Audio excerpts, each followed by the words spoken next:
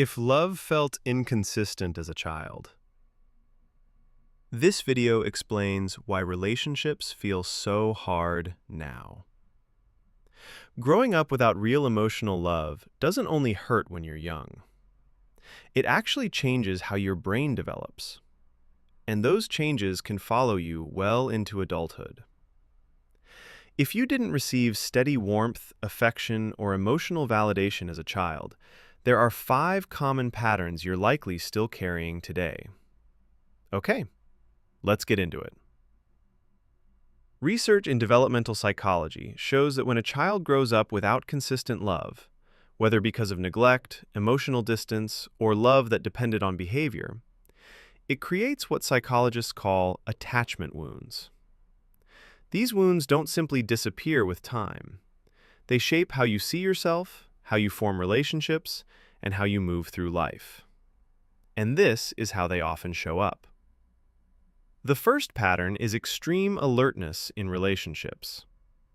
Early on, your nervous system learned that love wasn't reliable or safe. So now, as an adult, you're constantly watching for signs that someone might pull away, lose interest, or leave. You analyze messages. You notice every shift in tone. You prepare for rejection, even when the relationship is actually stable. It's exhausting. But it's not irrational. It's a survival response that once helped you cope in an emotionally unpredictable environment.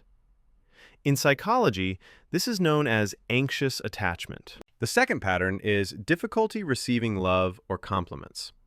Someone says something kind to you, and instead of feeling good, you feel uneasy, skeptical, or tempted to brush it off.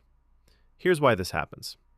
When you grow up without feeling loved, your brain forms what's called a negative core belief.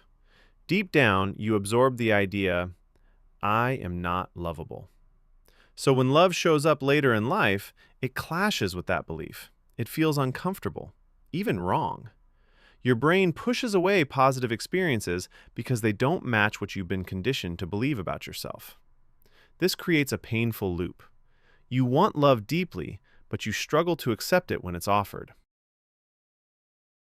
The third pattern is becoming an overachiever or a constant people pleaser. If love was conditional while you were growing up, you learned that your worth came from what you did, not who you were.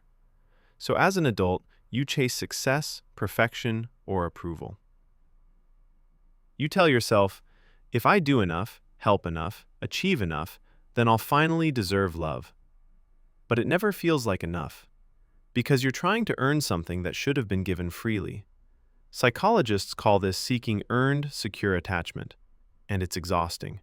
You're stuck in a race with no finish line, because external validation can't heal an internal wound. The fourth pattern is emotional numbness.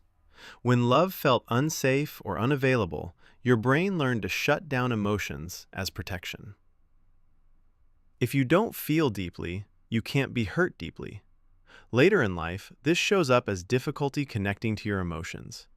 You may feel detached from yourself and from others. Relationships can feel surface level. It's not that you don't care. It's that caring once came with pain, so your nervous system learned to stay guarded and neutral. Psychologists refer to this as emotional blunting or dissociation. The fifth pattern is a deep fear of being a burden. If your needs were ignored, dismissed, or treated as an inconvenience when you were a child, you learned to make yourself smaller. Now you apologize constantly. You avoid asking for help. You disappear when you're struggling. You'd rather carry pain alone than risk being a problem for someone else. At some point, you absorb the belief that your needs, your feelings, and even your presence are too much. But here's the truth I want you to understand. Having needs does not make you a burden. It makes you human. The people who made you feel otherwise were wrong, and this belief can be unlearned. If you recognize yourself in these 5 patterns, know this: you're not broken. You adapted in order to survive a childhood that didn't give you what you needed. And noticing these patterns is the first step toward healing them. If you want to keep understanding how your mind works, you'll find more videos like this here.